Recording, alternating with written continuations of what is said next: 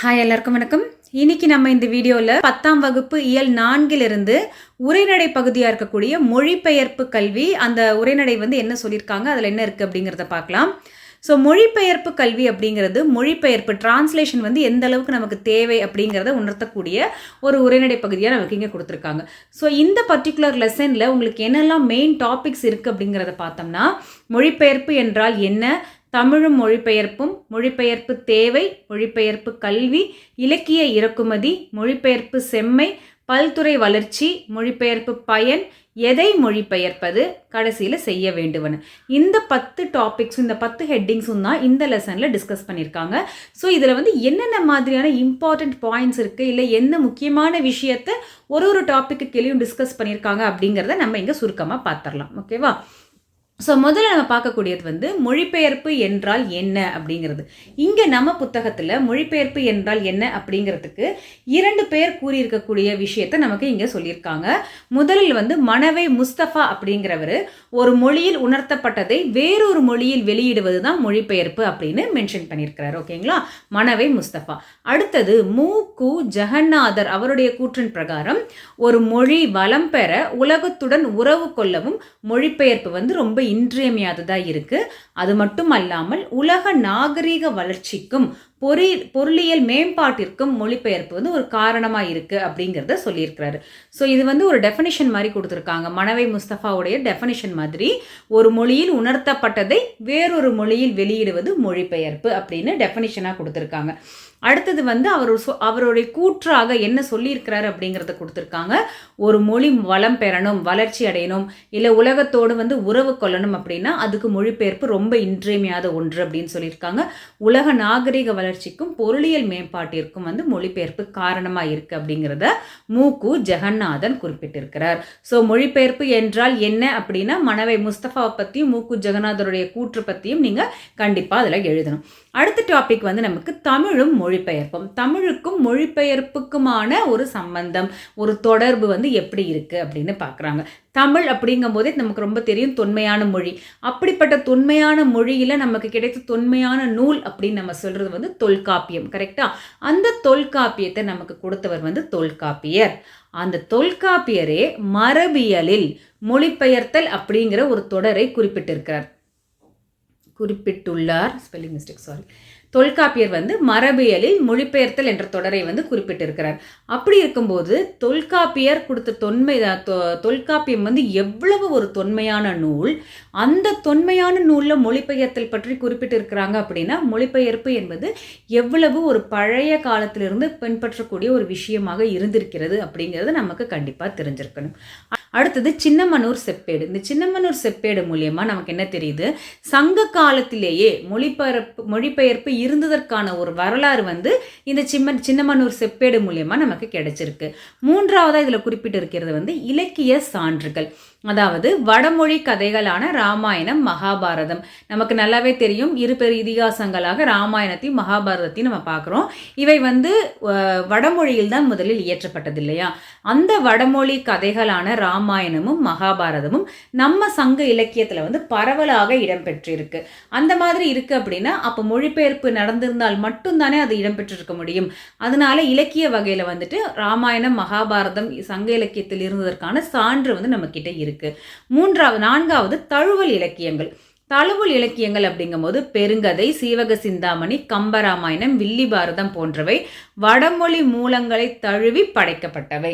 அதாவது இவை எல்லாமே வடமொழி கதைகள் தான், அவற்றிலிருந்து தமிழில் படைக்கப்பட்ட காவியங்கள். அதனால இவை தழுவல் இலக்கியங்கள் அப்படின்னு சொல்கிறோம். இது மொழிபெயர்ப்புக்கு ஒரு சிறந்த எடுத்துக்காட்டாக கூறப்படுகிறது. ஸோ மொழிபெயர்ப்பு என்றால் என்ன அப்படிங்கிறத பார்த்தோம். அடுத்தது தமிழும் மொழிபெயர்ப்பும் இதற்கான தொடர்பு என்னங்கிறதையும் நம்ம இங்கே புரிஞ்சுக்கிட்டோம் இல்லையா? அடுத்தது மொழிபெயர்ப்பின் தேவை. மொழிபெயர்ப்பு எதுக்கு தேவை, எதுக்கு இதை பற்றி இவ்வளோ தெரிஞ்சுக்கணும், எதுக்கு இதை பண்ணணும் அப்படின்னு பார்த்தோம்னா, நம்ம புத்தகத்தில் என்ன கொடுத்துருக்காங்க, விடுதலைக்கு பின்னர் நம்மளுடைய பல பகுதிகள் வந்து ஒரே ஆட்சியின் கீழ் வருது இல்லையா? அப்படி இருக்கும்போது அந்த அரசியல் சட்டங்களாக இருக்கட்டும், இல்லை அரசியல் சார்ந்த கொள்கைகளாக இருக்கட்டும், தேசிய ஒருமைப்பாடாக இருக்கட்டும், எதுவாக இருந்தாலும் பலதரப்பட்ட மக்களுக்கும் பல மொழிகளை பேசக்கூடிய மக்களுக்கும் போய் சேரணும் இல்லையா? அப்படி இருக்கும்போது ஒரு மொழியின் வாயிலாக போனாதான் அது வந்து அவங்களுக்கு புரியும். அப்போ என்ன பண்ண முடியும்? அவங்களுடைய மொழியில் வந்து அதை டிரான்ஸ்லேட் பண்ணணும். மொழிபெயர்ப்பு பண்ணுறதுக்கு ஏதுவாக அவர்கள் வந்து மொழிபெயர்ப்பை ஒரு கருவியாக வந்து கையாண்டிருக்காங்க.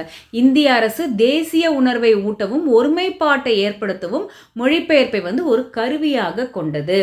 அப்போது மேலே வந்து இப்போ ஃபார் எக்ஸாம்பிள் டெல்லியிலேருந்து ஒரு விஷயம் தமிழ்நாட்டை வந்து சென்றடையணும், கேரளாவுக்கு போகணும், ஆந்திராவுக்கு போகணுன்னா அவங்க மொழியில் அந்த விஷயம் வந்து வெளிப்படுத்தப்பட்டால் மட்டும்தான் அது வந்து அவங்களுக்கு புரியும், பாமரனையும் சென்று அடையும். அப்போ மொழிபெயர்ப்பு வந்து ரொம்ப இன்றியமையாத ஒன்றாக இருந்தது. அதை ஒரு கருவியாக பயன்படுத்தி தேசிய ஒருமைப்பாட்டை வந்து ஏற்படுத்தினாங்க. அப்போ அந்த மொழிபெயர்ப்பதற்கான சில முக்கிய நிறுவனங்கள் இருக்கணும் இல்லையா? சில நிறுவனங்கள் மூலியமாக இந்த மொழிபெயர்ப்பை வந்து இந்திய அரசாங்கம் நடத்தியது. அந்த நிறுவனங்கள் எது அப்படின்னு பார்த்தோம்னா சாகித்ய அகாடமி, தேசிய புத்தக நிறுவனம் NBT, தென்னிந்திய புத்தக நிறுவனம். ஸோ இதையெல்லாம் பயன்படுத்தி தான் வந்து மொழிபெயர்ப்பை வந்து நடத்தினாங்க. அதனால மொழிபெயர்ப்பின் தேவை அந்த விடுதலைக்கு பின் காலகட்டங்களில் ரொம்ப அதிகமான ஒரு தேவையாக இருந்தது. ஒரு நாட்டினுடைய வளர்ச்சியை வந்து ஒரு மின்னாற்றல் பயன்பாட்டை வச்சு மதிப்பிடுவது போல அந்த நாட்டின் மொழிபெயர்ப்பு நூல்களை கொண்டு அந்த நாட்டின் பண்பாட்டையும் வந்து அவங்க மதிப்பிடுற அளவில் மொழிபெயர்ப்பு வந்து ஒரு முக்கியமான விஷயமாக கருதப்பட்டது. 4வதாக நமக்கு படிக்கக்கூடியது மொழிபெயர்ப்பு கல்வி. மொழிபெயர்ப்பை கல்வியாக ஆக்குவதன் மூலம் அனைத்து உலக அறிவியும் நான் எளிதாக பெற முடியும். மொழிபெயர்ப்பை வந்து எதுக்கு ஒரு கல்வியாக மாற்றணும், அது வந்து ஏன் நம்ம பாடத்திட்டத்தில் ஒரு முக்கியமான விஷயமா இருக்கணும் அப்படின்னு பார்த்தோம்னா, மொழிபெயர்ப்பை வந்து கல்வியாக ஆக்குவதன் மூலம் என்ன கிடைக்குது? நமக்கு அனைத்து உலக அறிவியும் எளிதாக பெற முடிகிறது.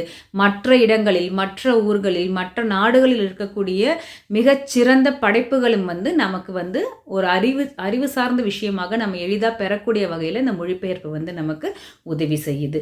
பல்வேறு துறைகளிலும் மானுட அறிவை பயன்படுத்த மனித வளத்தையும் இது மேம்படுத்துகிறது.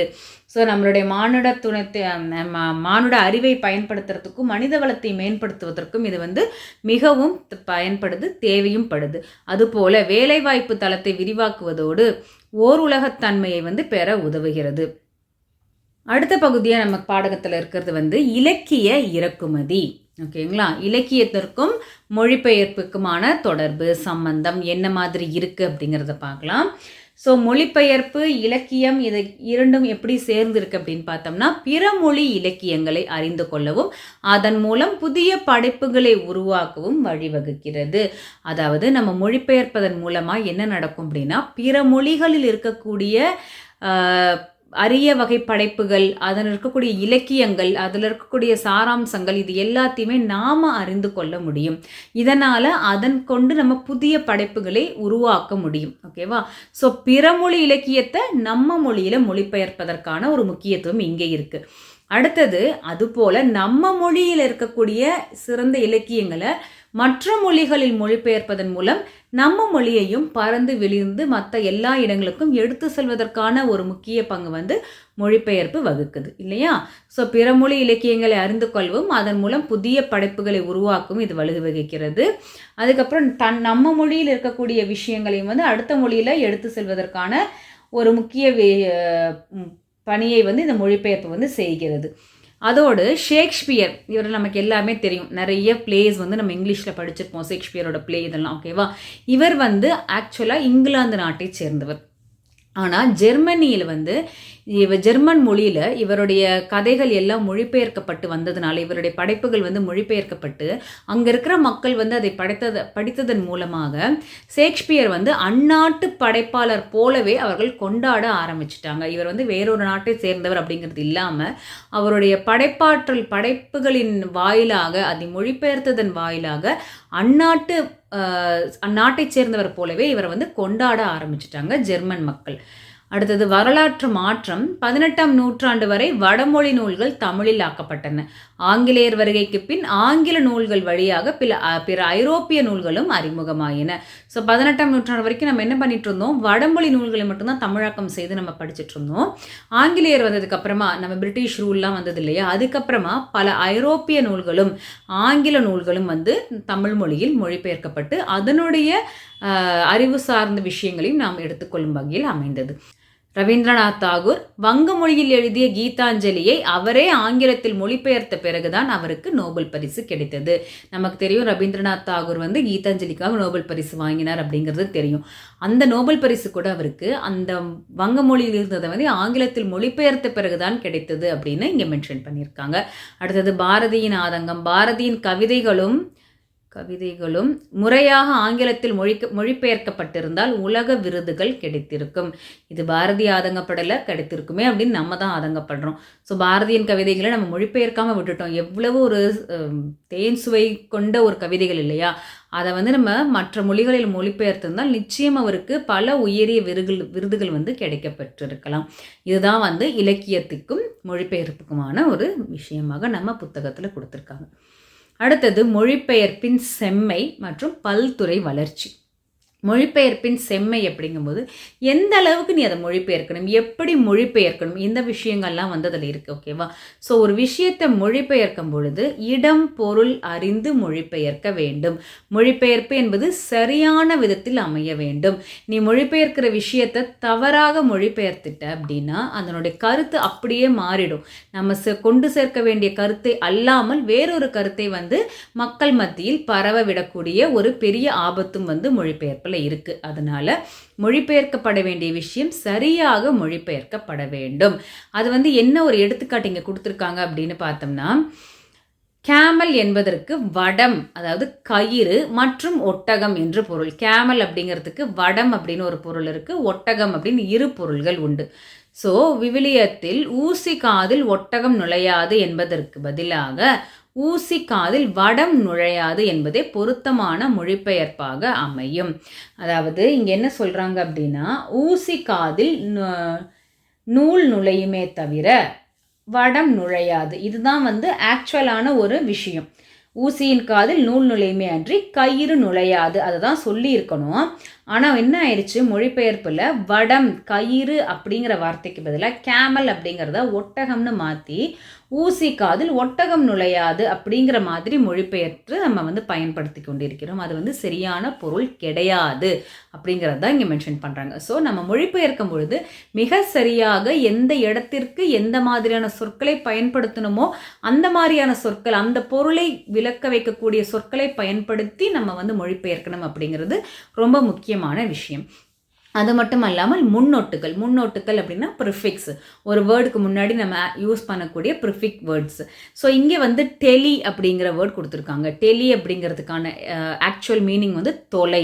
அப்போது டெலகிராஃப், டெலிவிஷன், டெலஃபோன், டெலஸ்கோப், இந்த மாதிரி அந்த வேர்ட்ஸ்க்கு முன்னாடி நம்ம ப்ரிஃபிக்ஸ் சஃபிக்ஸ் ஆட் பண்ணுவோம் இல்லையா, அந்த ப்ரிஃபிக்ஸில் வந்துட்டு டெலி அப்படிங்கிற வேர்ட் கொடுத்து ஆட் பண்ணுறோம். இது மொழிபெயர்க்கப்படும் போது எப்படி மொழிபெயர்ப்பு ஆகுது அப்படின்னா, இந்த telegraph, television, telephone, telescope, telemetry, இது எல்லாமே வந்து தொலைவரி, தொலைக்காட்சி, தொலைபேசி, தொலைநோக்கி, அளவியல், இந்த மாதிரி தொலை அப்படிங்கிற வார்த்தை வந்து ப்ரிஃபிக்ஸாக முன்னாடி ஆட் பண்ணி அப்படியே டைரக்ட் டிரான்ஸ்லேஷன் பண்ணுறோம்.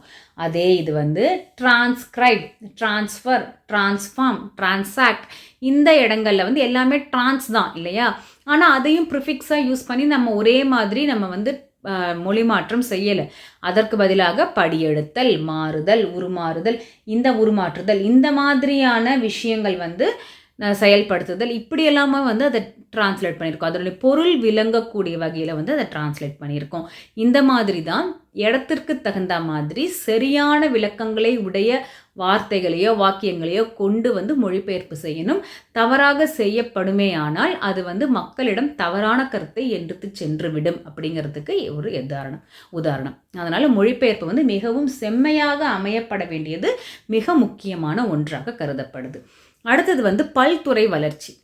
எந்தெந்த துறையில் வந்து மொழிபெயர்ப்பு அத்தியாவசியமாக இருக்குது, அல்லது எந்தெந்த துறையில் மொழிபெயர்ப்பின் மூலயமா துறைகள் வந்து வளர்ந்துருக்கு, அதை தான் இங்கே வந்து மெயினாக சொல்கிறாங்க. அதாவது மொழிபெயர்ப்பு இருந்ததுனால இந்தந்த துறைகள் வந்து பல வளர்ச்சிகளையும் முன்னேற்றங்களையும் அடைந்திருக்கு அப்படின்னு பார்க்குறோம். அப்படி பார்த்தா இன்றைய ஊடக வளர்ச்சி, அதாவது தொலைக்காட்சியாக இருக்கட்டும், வானொலியாக இருக்கட்டும், திரைப்படமாக இருக்கட்டும், இதழ்களாக இருக்கட்டும், மொழிபெயர்ப்பு வந்து மிக அவசியமாக இருக்குது. இந்த மொழிபெயர்ப்பினால் இந்த துறைகள் வந்து பல வளர்ச்சிகளை அடைந்திருக்கு அப்படின்னு சொல்லுவோம். நம்மளே இப்போ சொல்கிறோம் இல்லையா, நம்ம வீட்டில் நம்ம ஸ்டேட் பர்டிகுலராக உங்கள் மதர் டங் இல்லை உங்களுக்கு புரியக்கூடிய லாங்குவேஜஸ் மட்டும்தான் நம்ம பார்க்குற பார்க்குறோமா? இல்லை, நம்ம ஹாலிவுட், பாலிவுட், மாலிவுட், கோலிவுட், டாலிவுட்னு எல்லா வுட்டில் இருக்கிற எல்லா படமும் பார்க்குறோமா? இப்போ ஓடிடி வந்ததுனால நிறைய எந்த கொரியனாக பார்க்கலாம், இங்கிலீஷாக பார்க்கலாம், ஹிந்தியாக பார்க்கலாம், எல்லா மொழிகளையும் நம்ம பார்க்குறோம். அதற்கு மெயின் ரீசன் வந்து என்னன்னா மொழிபெயர்ப்பு. Either subtitles or you have dubbings. அப்போது அப்படி இருக்கும்போது எல்லா தரப்பட்ட விஷயங்களையும் நம்மளால் அறிந்து கொள்ள முடியுது. அதில் இருக்கக்கூடிய நல்ல விஷயங்களோ இல்லை அதில் இருக்கக்கூடிய செய்திகளோ எதுவாக இருந்தாலும் நமக்கு தெரியுது, நம்ம என்ஜாய் பண்ண முடியுது. அப்படி இருக்கும்போது இந்த துறைகள், இந்த மீடியா துறை, ஊடக வளர்ச்சிக்கு வந்து மொழிபெயர்ப்பு மிக முக்கியமான ஒன்றாக இருந்திருக்கிறது. இந்த மொழிபெயர்ப்புனால ஊடகத்துறை வந்து நல்லாவே ஒரு வளர்ச்சி வந்து ஏற்பட்டிருக்கு அப்படின்னு சொல்கிறாங்க. அதுபோல் விளம்பர மொழிக்கு வந்து மொழிபெயர்ப்பு தேவைப்படுகிறது. மார்க்கெட்டிங், அட்வர்டைஸ்மெண்ட், இதுக்கெல்லாம் வந்துட்டு மொழிபெயர்ப்பு ரொம்ப அவசியமாக தேவைப்படுது. இந்த மொழிபெயர்ப்புனால அந்த துறைகளும் வளர்ச்சி அடையுது அப்படின்னு சொல்கிறோம். அது அல்லாமல் அறிவியல், அரசியல், பொருளியல், சமூகவியல் என அனைத்து துறைகளையும் தமிழாக்க மொழிபெயர்ப்பு கல்வி வந்து உருவாக்குகிறது. ஸோ எந்தெந்த துறைகளில் மொழிபெயர்ப்பு சாத்தியமோ அந்தந்த துறைகளில் மொழிபெயர்ப்பு இருப்பதன் மூலமாக என்ன ஆகுது, பலதரப்பட்ட நாலேஜ், அறிவு வந்து நமக்கு கிடைக்குது. அப்படி இருக்கும்போது மொழிபெயர்ப்பின் மூலம் பல துறைகள் வந்து வளர்ச்சி அடைகின்றன அப்படிங்கிறத நமக்கு இங்கே மென்ஷன் பண்ணுறாங்க. ஃபைனலாக லாஸ்ட் 3 டாபிக், மொழிபெயர்ப்பின் பயன், எதை மொழிபெயர்ப்பது செய்ய வேண்டுமென. ஸோ மொழிபெயர்ப்பின் பயன் அப்படின்னு பார்க்கும்போது நம்ம ஃபஸ்ட்டே சொல்லியிருந்தோம், புதிய சொற்கள் உருவாவதால் மொழி வளம் ஏற்படுகிறது. ஸோ மொழிபெயர்ப்பதனால என்ன ஆகுது, நிறைய புதிய சொற்கள் வந்து அந்த பர்டிகுலர் லாங்குவேஜ்குள்ளே வருது. அந்த மாதிரி இருக்கும்போது மொழியின் வளம் வந்து மேம்படுகிறது. ஒரு வளமான மொழி வந்து நமக்கு கிடைக்கிறது. பிற இனத்தவரின் பண்பாடு, நாகரிகம், பழக்க வழக்கங்களை நம்மால் அறிய முடிகிறது. ஸோ மற்ற இனத்தவருடைய பண்பாடு எப்படி இருக்குது, நாகரிகம் எப்படி இருக்குது. ஃபார் எக்ஸாம்பிள், இப்போ ஆஃப்ரிக்கன் லாங்குவேஜ்லேருந்து ஒரு விஷயத்தை நம்ம மொழிபெயர்க்கிறோம் அப்படின்னு வச்சுக்கோங்களேன். அந்த ஆப்பிரிக்கா நாட்டு மக்கள் என்ன மாதிரியான ஒரு பண்பாடு சார்ந்து இருக்கிறாங்க, அவங்களுடைய நாகரிகம் எப்படி இருக்குது, அவங்களுடைய பழக்க வழக்கங்கள் எப்படி இருக்குது, இதெல்லாம் வந்து நம்மளால் அறிய முடிகிறது இல்லையா.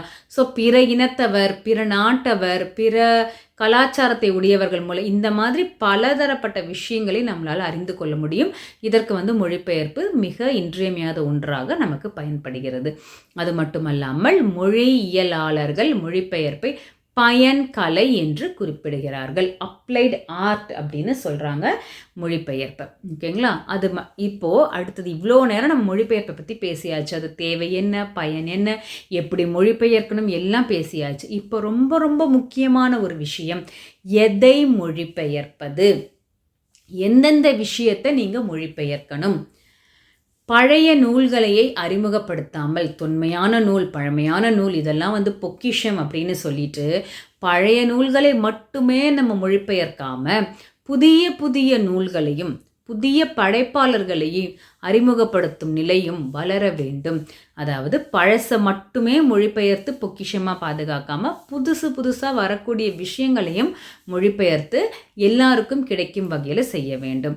குறைந்த மக்கள் பேசும் மொழி என்றாலும் அங்குள்ள சிறந்த படைப்புகளை நாம் பெற்றுக்கொள்ள வேண்டும். அதாவது எது வந்து அதிகமாக யூஸ் ஆகுதோ, எது வந்து நிறைய பேர் பார்க்குறாங்களோ அதை மட்டும்தான் வந்து மொழிபெயர்ப்பேன், அதை மட்டும்தான் டிரான்ஸ்லேட் பண்ணுவோம். அப்படி கிடையாது. குறைந்த மக்கள் பேசக்கூடிய மொழி, ரொம்ப குறுகிய இடங்களில் குறுகிய வட்டத்துக்குள்ளே இருக்கக்கூடிய விஷயங்கள், அந்த மாதிரி லீஸ்ட் ஆஃப் த லீஸ்டாக இருந்தால் கூட நல்ல விஷயங்களாக இருந்தால், சிறந்த படைப்புகளாக இருந்தால், அதிலிருந்து பல கருத்துக்கள் வந்து மக்களுக்கோ சமூகத்துக்கோ தேவைப்படுமே ஆனால் அந்த விஷயங்களையும் நாம் வந்து மொழிபெயர்க்க வேண்டும். ஆப்பிரிக்கா மொழிகளில் வந்து நிறைய நல்ல படைப்புகள் இருக்குது. அந்த நாட்டு கலைஞர்கள் வந்து பல நோபல் பரிசுகளை வாங்குறாங்க. அப்படி இருக்கும்போது அது ரொம்ப குறுகிய இடத்தில் குறுகிய மக்கள் பேசக்கூடிய குறைந்த அளவிலான ஒரு இது வந்து அப்படிங்கிறது இல்லாமல் அதையும் மொழிபெயர்த்து பல நாடுகளில் பலதரப்பட்ட மக்களிடம் கொண்டு சேர்க்க வேண்டும். அப்போ அந்த படைப்புகளில் இருக்கக்கூடிய சிறந்த விஷயங்களை எல்லாருமே வந்து தெரிஞ்சுக்க முடியும். அதை தான் வந்து சொல்கிறாங்க. எதெல்லாம் மொழிபெயர்க்கணும், பழசு பொக்கிஷம் அரியது அப்படின்னு அதை மட்டும் இல்லாமல் புதிய விஷயங்களையும் மொழிபெயர்க்கணும், புதிய படைப்பாளர்களையும் அறிமுகப்படுத்தணும். அது மட்டும் இல்லாமல் குறைந்த அளவிலான மக்கள் பேசும் மொழி என்றாலும் அவற்றில் இருக்கிற சிறந்த படைப்புகளையும் மொழிபெயர்த்து நம்ம எல்லார்கிட்டையும் கொண்டு சேர்க்கணும் அப்படின்னு சொல்கிறாங்க. அண்ட் ஃபைனலாக லாஸ்ட் ஒன், செய்ய வேண்டுவன. இதெல்லாம் நடக்கணும்னா என்ன செய்யணும்? பாரதி நமக்கு சொல்லிட்டு போன விஷயங்கள் தான். 2 விஷயங்கள் செய்யணும். என்ன செய்யணும்? சென்றிடுவீர் 8 திக்கும் கலைச்செல்வங்கள் யாவும் கொணர்ந்திங்கு சேர்ப்பீர். நம்ம எல்லா பக்கமும் போய் மற்ற பக்கங்களில் இருக்கக்கூடிய கலைச்செல்வங்களை நம்ம மொழியில் கொண்டு வந்து சேர்க்கணும். அதாவது பிற மொழிகளில் இருக்கக்கூடிய சிறந்த படைப்புகளை நம் தமிழ் மொழியில் மொழிமாற்றம் செய்து நம்ம ஊருக்கு கொண்டு வந்து சேர்க்க வேண்டும். அடுத்த கூற்று என்ன சொல்றாரு? தேமதுர தமிழோசை உலகமெல்லாம் பரவும் வகை செய்தல் வேண்டும். நம் தமிழ் மொழியில் இருக்கக்கூடிய சிறந்த விஷயங்களை மற்ற மொழிகளுக்கு பரப்ப வேண்டும். மற்ற பக்கத்துல இருந்து எடுத்துட்டு வந்து நமக்கும் கொடு, நம்ம கிட்ட இருக்கிறத மற்றவங்களுக்கும் கொடு, அவ்வளவுதான் விஷயம்.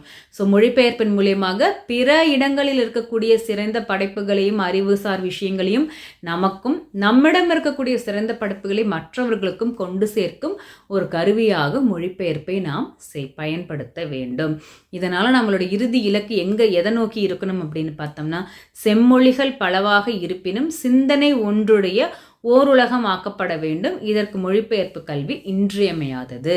ஸோ நம்ம சிந்தனைகள் பலவாக இருக்கலாம், மொழிகள் பலவாக இருக்கலாம், விஷயங்கள் பலதரப்பட்டதாக இருக்கலாம். ஆனால் இது எல்லாமே ஒன்றா சேர்ந்து எல்லாருக்கும் சென்றடைய ஓர் உலகமாக ஆக்கணும் அப்படின்னா அதுக்கு மொழிபெயர்ப்பு கல்வி ரொம்ப இன்றியமையாத ஒன்றாக இருக்கணும் அப்படின்னு சொல்கிறாங்க.